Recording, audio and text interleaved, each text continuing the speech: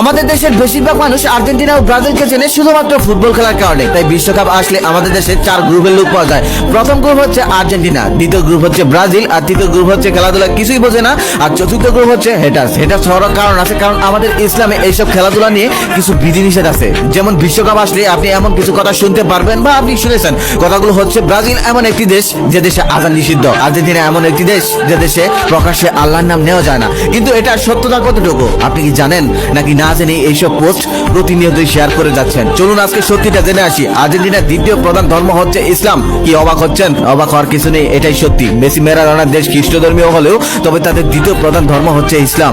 যদিও ওই দেশের জনসংখ্যা অনুযায়ী মুসলিম মাত্র 2%। লাতিন আমেরিকার দেশগুলোর মধ্যে সবচেয়ে বেশি মুসলিম বাস করে আর্জেন্টিনাতে। আর্জেন্টিনা এত সুন্দর সুন্দর মসজিদ আছে যেগুলো দেখলে আপনার চোখ জুড়িয়ে যাবে। দক্ষিণ আমেরিকার দেশ ব্রাজিল, সেই দেশে মুসলমানের সংখ্যা খুব কম হলেও তবে প্রতিনিয়তই সে দেশে মুসলিমের সংখ্যা বাড়ছে মসজিদের সংখ্যাও। হিসাব বলছে ব্রাজিলের বর্তমান জনসংখ্যা হলো 20 কোটি, তার মধ্যে মুসলমানের সংখ্যা হলো 17 লাখ। পার্সেন্ট অনুযায়ী 5 থেকে 6%। গত কয়েক বছর যাবৎ ব্রাজিলেও মুসলমানের সংখ্যা প্রচুর বাড়তেছে, তার সাথে বাড়তেছে মসজিদও। ব্রাজিলের প্রত্যেকটি শহরেই মসজিদ রয়েছে। যদিও 2000 সালে ব্রাজিলের মসজিদের সংখ্যা ছিল 30 থেকে 32টি, গত কয়েক বছরই মসজিদের সংখ্যা বেড়েছে 100টিরও বেশি, সাথে মাদ্রাসা ও অসংখ্য ধর্মীয় শিক্ষা প্রতিষ্ঠান। এক প্রতিবেদনে উঠে এসেছে ব্রাজিলের সাও পাওতে গড়ে প্রতি মাসে 6 জন লোক ইসলাম ধর্ম গ্রহণ করেন। ফলে ভবিষ্যতে ব্রাজিলে মুসলিমের সংখ্যা আরো বেড়ে যাবে। ব্রাজিলের সর্বপ্রথম 1500 খ্রিস্টাব্দে মুসলমানের আগমন ঘটে। তাই সবার কাছে অনুরোধ, কোনো দেশ সম্পর্কে না জেনে ফালতু গুজব ছড়াবেন না। যদি ধর্মীয় চোখে দেখে হালাল হারামের কথা বলেন, তাহলে ছতন না দেখে তারপর টাকার বিনিময়ে যেসব খেলা হয়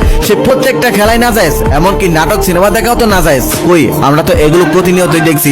এগুলো নিয়ে তো কোনো কথা হয় না, শুধু বিশ্বকাপ খেলা আসলেই এত কথা হয় কেন? আমি মনে করি এই সামান্য খেলাতে ধর্মীয় বিষয়টা না টানাই ভালো, কারণ ধর্ম বিষয়টা অনেক বড় ব্যাপার। অনেকেই বলে মেসি নেইমারকে যদি ভালোবাসা যায় তাহলে আল্লাহ ও রাসূলকে কেন ভালোবাসা যায় না? আমি বলবো তারা বোকা, তারা মূর্খ ছাড়া কিছুই না। কারণ রাসূল ও আল্লাহর সাথে মেসি নেইমারের কোনো তুলনাই হয় না। কোনো তুলনা করাটা বোকামি। আমাদের দেশে আর্জেন্টিনা ও ব্রাজিলের সমর্থন যারা আছে তারা আসলে বেশিরভাগ মজা করে থাকে।